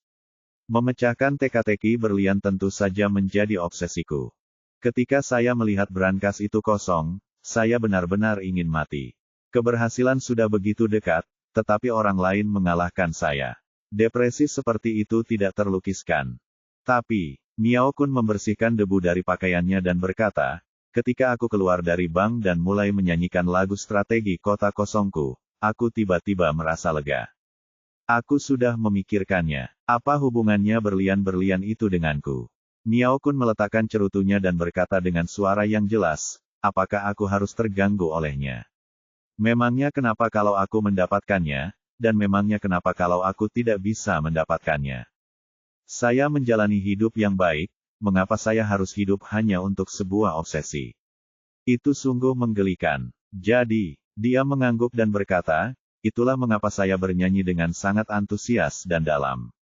Tapi, kau, Miao Kun tiba-tiba mengganti topik pembicaraan dan mencengkeram lengan Zhao Yu. Kau telah menghancurkan rencanaku. Aku benar-benar ingin mencekikmu sampai mati. Sekarang berlian itu ada di tangan kita, itu tidak semudah kentang panas. Jika kita tidak menanganinya dengan baik, kita pasti akan membuat kulitnya terkelupas. Lalu, Zhao Yu tampak seperti telah terbakar menjadi abu, dan dengan cepat bertanya dengan suara rendah, menurutmu apa yang harus kita lakukan? Miao Kun mengangguk pelan, matanya bersinar dengan kebijaksanaan. Ada pepatah Tiongkok kuno yang mengatakan bahwa seorang pria sejati mencintai uang dan menerimanya dengan cara yang benar. Zhao Yu, menurutku, untuk menyelesaikan masalah ini dengan benar, aku harus menggunakan metodeku. Oh, Zhao Yu mengangguk cepat dan memuji, ayah mertua memang hebat. Kalau begitu, dia mengedipkan matanya yang besar penuh harapan dan bertanya, apa jalannya? Kemudian, Miao Kun mengeluarkan ponselnya dan mengucapkan beberapa patah kata dengan nada serius, menyebabkan Zhao Yu terjatuh kembali ke kursinya. 4 kata ini adalah, laporkan, ke tingkat, maju. Bab 1380, pilihan terbaik. 2 hari kemudian, Stadion Green Dot di Cape Town, Afrika Selatan. Stadion yang dapat menampung 70.000 orang itu merupakan tempat berlangsungnya 2 pertandingan semifinal Piala Dunia di Afrika Selatan. Saat itu, karena tidak ada pertandingan di pagi hari, stadion itu sangat sepi. Zhao Yu tidak menyangka bahwa Badan Intelijen Nasional Afrika Selatan akan didirikan di sini. Tuan Miao Kun, Tuan Zhao Yu. Pada saat ini, seorang wanita kurus berkulit hitam berjas berbicara kepada mereka berdua dalam bahasa Mandarin yang fasih. Karena ini adalah upacara penghargaan rahasia, upacara kami relatif sederhana, dan kami tidak mengatur pengambilan video atau foto apapun. Saya harap Anda bisa mengerti. Saya mengerti, tentu saja saya mengerti. Kita bukan bintang film, hehe. Miao Kun sudah terbiasa dengan situasi seperti ini. Jadi dia langsung memanfaatkan kesempatan itu untuk menyanjungnya. Dulu saya pikir semua eksekutif Departemen Intelijen itu gemuk. Tapi dia tidak menyangka menteri negaramu adalah wanita yang sangat langsing dan cantik. Lagi pula, bahasa Mandarinmu benar-benar sempurna. Hehe, wanita berkulit hitam itu tersipu dan berkata, Tuan Miao, Anda terlalu memuji saya. Sebenarnya, saya benar-benar ditakdirkan bersama Tiongkok. Saya dulunya adalah seorang konselor di kedutaan besar di Jingsu. Saya benar-benar tidak bisa mengungkapkan rasa terima kasih saya atas berlian itu kali ini. Kau terlalu baik. Miao Kun tertawa. Kami orang Tiongkok selalu bersikap sopan. Karena kami menemukan berlian dari negaramu, kami harus mengembalikannya. Kemudian, mereka berdua mulai mengobrol dengan gembira lagi. Melihat Miao Kun terus-menerus mengedipkan mata padanya, Zhao Yu tidak tahan lagi. Jadi dia mencari alasan dan menarik ayah mertuanya ke samping. Ayah mertua, dia sudah berusia 50-an, tapi seleramu makin lama makin aneh. Zhao Yu mengeluh, lalu bertanya dengan suara rendah, apakah kamu yakin ini perintah dari atasan? Bukankah ini terlalu mencolok? Biro Intelijen Afrika Selatan, Kantor Inggris, dan Kedutaan Besar kami semuanya telah diberitahu. Apa ini yang disebut medali kehormatan rahasia? Dalam waktu kurang dari setengah hari, seluruh dunia akan mengetahuinya, bukan? Ai, Miao Kun menunjuk wanita berkulit hitam itu dan berkata, kamu tidak tahu apa-apa. Ingat, sangat penting untuk mengenal para petinggi berbagai negara di masa mendatang. Kamu mungkin membutuhkannya kapan saja. Bagaimana dengan Zhang Yang yang kau sebutkan? Miao Kun mengambil segelas anggur merah dari piring pelayan dan berkata, kita tidak perlu melakukan apapun sekarang kecuali Zhang Yang. Zhang Yang, berarti para petinggi. Tapi, Zhang Yang juga baik-baik saja. Zhao Yu mengerutkan kening. Tapi mengapa mereka meminta orang Inggris untuk datang? Bukankah ini jelas untuk menimbulkan masalah? Apa hubungannya dengan kita? Apa hubungannya dengan kita? Miao Kun meneguk anggur merahnya dan berkata, Zhao Yu, ingatlah, kita adalah pahlawan yang mengambil kembali berlian itu. Kamu tidak perlu khawatir tentang hal-hal lainnya. Tapi, meskipun Zhao Yu pintar, dia tidak tahu apa-apa tentang hubungan internasional yang rumit. Dia selalu merasa bahwa bisnis berlian terlalu terkenal. Bukankah aku sudah memberitahumu sebelumnya? Miao Kun meletakkan gelas kosong di atas meja dan menarik Zhao Yu ke sudut. Alasan mengapa Green tidak mengembalikan berlian itu ke MI6 saat itu, selain ketidakpuasannya terhadap sistem dan kematian rekannya, dia juga mengungkapkan kepadaku di antara kalimatnya. Berlian itu milik Afrika Selatan. Lagi pula, itu digali dari wilayah orang lain. Negara lain tidak punya hak untuk mencampurinya, mengerti? Saya mengerti. Saya juga setuju untuk mengembalikan berlian itu, tetapi mengapa kita harus memberi tahu Inggris? Tentu saja kita harus memberi tahu mereka. Kata Miao Kun, berlian itu dari Afrika Selatan, tetapi perusahaannya dari Inggris. Jadi, sekarang setelah kita menyerahkan berlian itu, kedua pemiliknya masih di sini. Mereka dapat membaginya sesuka mereka, dan itu tidak ada hubungannya dengan kita lagi, mengerti? Oh, sekarang setelah kau mengatakannya, kurasa aku sedikit mengerti. Zhao Yu berkedip dan berkata, kami melakukannya dengan cara yang sangat mencolok agar semua orang tahu bahwa berlian itu telah dikembalikan ke pemilik aslinya, dan itu tidak ada hubungannya dengan kami. Bagaimanapun, itu tidak ada hubungannya dengan kita. Kata Miao Kun, para petinggi sangat berpikiran terbuka. Negara kita begitu hebat sehingga kita tidak kekurangan berlian. Itulah sebabnya kita harus mengembalikannya kepada mereka. Ini akan membuat kita terlihat lebih murah hati. Selain itu, kita telah mengembalikan benda itu kepada pemerintah Afrika Selatan, jadi itu juga dianggap memenuhi salah satu keinginan Grimm. Hehe, kata Miao Kun dengan semangat tinggi. Sangat keren untuk bersikap jujur dan terbuka. Enak, tapi tidakkah kau merasa sedikit masam?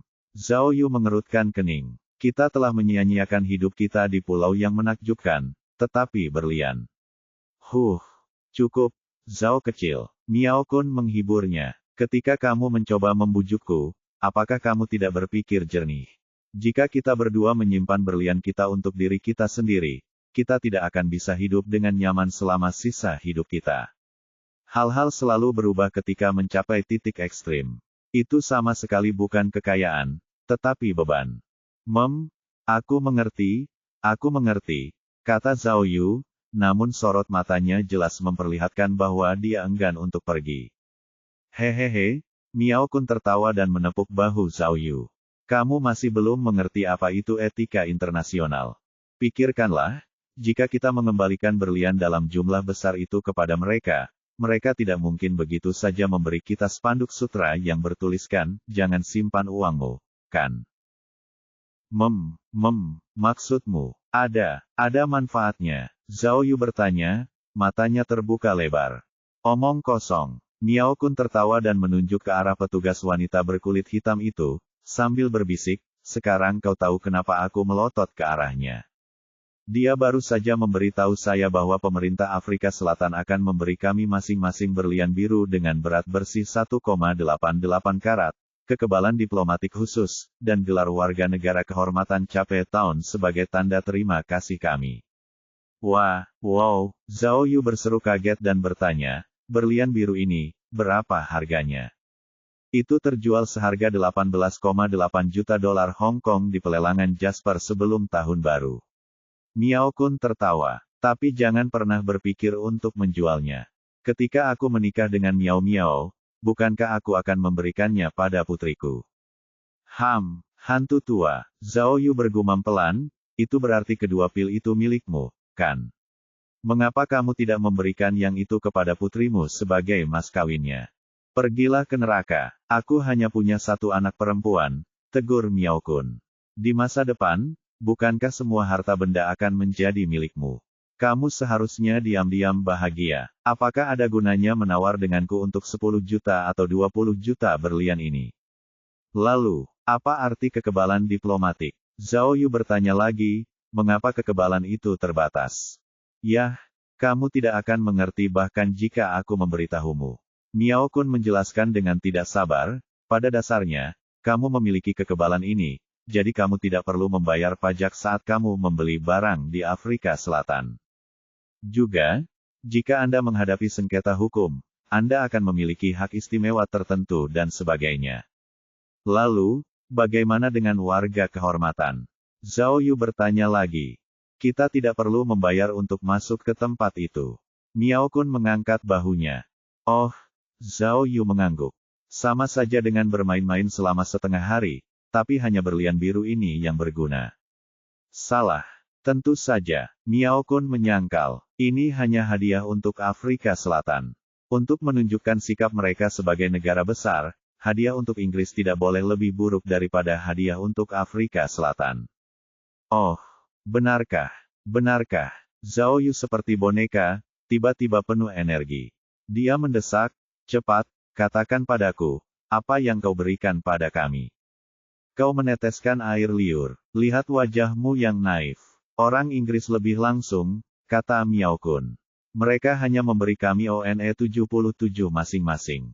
Oh, Zhao Yu mengangguk dan bertanya dengan serius, apa itu ONE 77? Sial, Miao Kun menggelengkan kepalanya. Apa kau tahu tentang Aston Martin? ONE 77 adalah mobil sport edisi terbatas dari Aston Martin. Harga pabriknya lebih dari 40 juta yuan. Oh, Zhao Yu mengedipkan matanya yang besar dan imut dan bertanya pada Miao Kun, kalau begitu, mereka harus membayar biaya transportasi.